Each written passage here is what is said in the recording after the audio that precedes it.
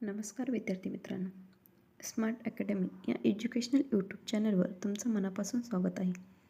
बघा, आजपासून सुरू केली आहे चालू घडामोडीवरील सिरीज.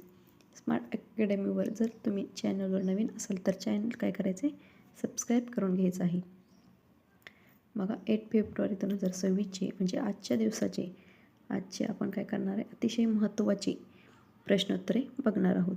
सर्व स्पर्धा परीक्षांसाठी उपयुक्त आहे, त्यामुळे जास्तीत जास्त व्हिडिओ शेअर करा बघा आणि चॅनल सबस्क्राईब करून घ्या. चला तर आपण वेळ न घालवता प्रश्नांना सुरुवात करूया.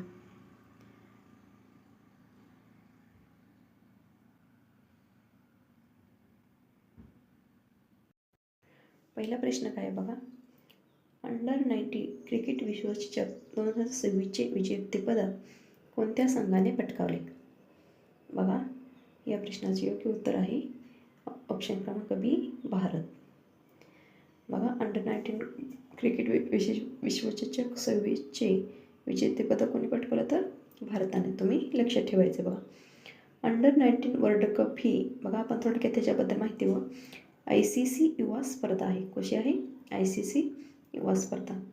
या स्पर्धेतून अनेक खेळाडू पुढे सिनियर टीममध्ये निवडले जातात.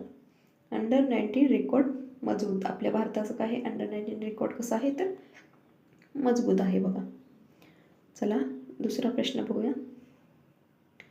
हे पॉईंट तुम्ही बघा नोट करून ठेवायचे आहेत, कारण तुम्हाला नंतर परीक्षेच्या वेळेस रिव्हिजनसाठी खूप महत्त्वाचे ठरणार आहेत. बघा, कारण कोणतीही आपण गोष्ट लिहून केली म्हणजे लिहून ठेवली तर ते आपल्याला नंतर फायद्याचीच ठरत असते. आणि चालू घडामोडीसाठी तर तुम्ही एक सेपरेट नोटबुक करावीच.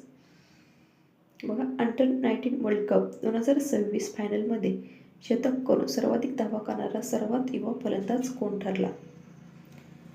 बघा, या प्रश्नाचं योग्य उत्तर आहे वैभव सूर्यवंशी. कोण आहे? वैभव सूर्यवंशी. कोण ठरला शतक करून सर्वाधिक धावा करणारा युवा फलंदाज? तर वैभव सूर्यवंशी. चला पुढचा प्रश्न बघूया. तिसरा प्रश्न काय बघा, 6 फेब्रुवारी 2026 रोजी भारताने अग्नि-3 क्षेपणास्त्राची यशस्वी चाचणी कोठून केली? तर या प्रश्नाचे योग्य उत्तर आहे बघा चांदीपूर, ओडिसा. काय? चांदीपूर, ओडिसा मधून अग्नि-3 क्षेपणास्त्राची यशस्वी चाचणी केली आहे. बघा, त्याबद्दल आपण थोडक्यात माहिती बघूया. बघा, अग्नि-3 हे इंटरमिडिएट रेंज बॅलिस्टिक मिसाईल म्हणजे IRBM हे आहे. बघा, याचा शॉर्ट फॉर्म काय? IRBM, intermediate range ballistic missile. क्षेपणास्त्र चाचण्या भारताच्या संरक्षण क्षमतेसाठी महत्त्वाच्या आहेत. बघा, ह्या कशासाठी महत्त्वाच्या आहेत तर संरक्षण क्षमतेसाठी. चांदीपूर हे DRDOचे प्रसिद्ध चाचणी केंद्र आहे.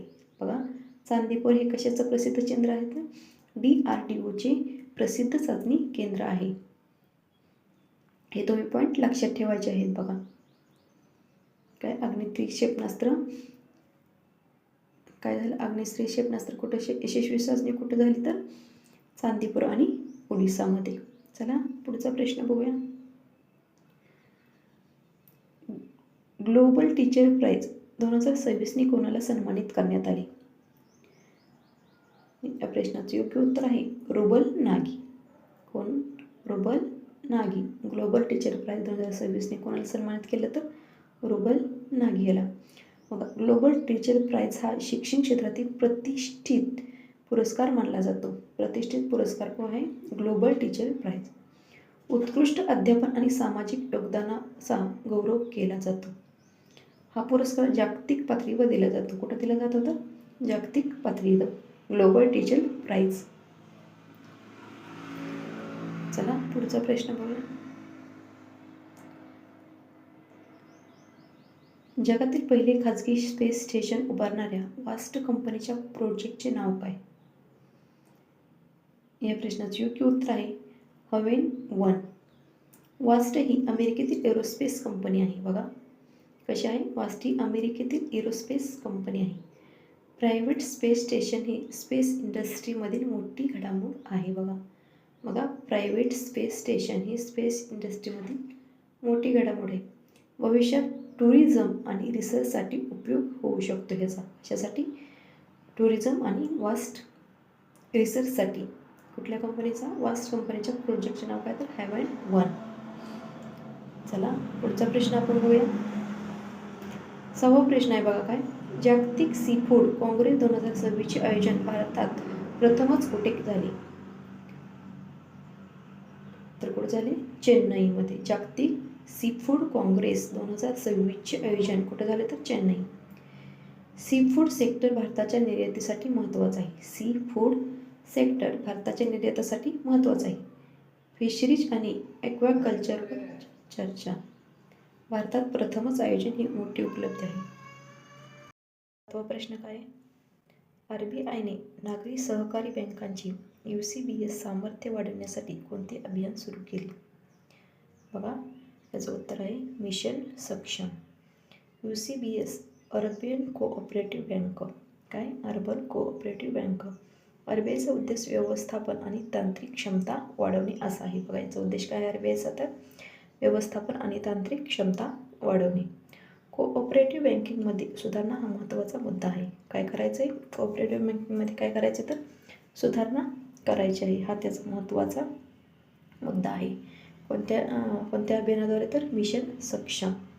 मिशन सक्षम ह्या अभियानाद्वारे काय करायचं आहे? तर त्याचं अर्बन कोऑपरेटिव्ह बँकेचं सामर्थ्य वाढवायचं आहे. चला पुढचा प्रश्न बघूया आपण. 8वा प्रश्न काय आहे बघा, देशातील पहिल्या सहकार आधारित राईड हेलिंग प्लॅटफॉर्म भारत टॅक्सीचे उद्घाटन कोणाच्या हस्ते झाले? बघा राईड हेलिंग प्लॅटफॉर्म भारत टॅक्सीचे कोणाच्या हस्ते उद्घाटन झाले? तर याचं उत्तर आहे अमित शहा. अमित शहा. बघा याचं उत्तर काय आहे? अमित शहाच्या हस्ते काय झालं? राईड हेलिंग प्लॅटफॉर्म भारत टॅक्सीचे उद्घाटन झाले. हा प्लॅटफॉर्म सहकार तत्वावर आधारित आहे. बघा राईड हेलिंग म्हणजे टॅक्सी बुकिंग सर्व्हिस. सहकार क्षेत्राला चालना देणे हा त्याचा उद्देश आहे. काय ह्याचा उद्देश काय लक्षात ठेवायचा? तर सहकार क्षेत्राला चालना देणे. चला पुढचा प्रश्न बघा. 9वा प्रश्न काय? अनुसंधान नॅशनल रिसर्च फाउंडेशन. अनुसंधान नॅशनल रिसर्च फाउंडेशनचा स्थापना दिवस कोणत्या दिवशी साजरा केला जातो? तर या प्रश्नाचं उत्तर आहे 5 फेब्रुवारी.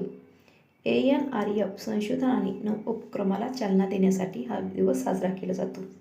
उच्च शिक्षण R&D मध्ये महत्त्वाची भूमिका आहे ह्याची. कशाची? ANRFची. चला भारतात रिसर्च इकोसिस्टीम मजबूत करण्यासाठी हा दिवस ठरवलेला गेलेला आहे किंवा त्या उपक्रमाला त्या दिवशी चालना दिली जाते. कशासाठी? रिसर्च आणि इकोसिस्टीम भारतात मजबूत करण्याचा हा उद्देश आहे. चला 10वा प्रश्न बघा काय? सुरक्षित इंटरनेट दिवस सेफर इंटरनेट डे 2026 जगभरात कधी साजरा केला जातो?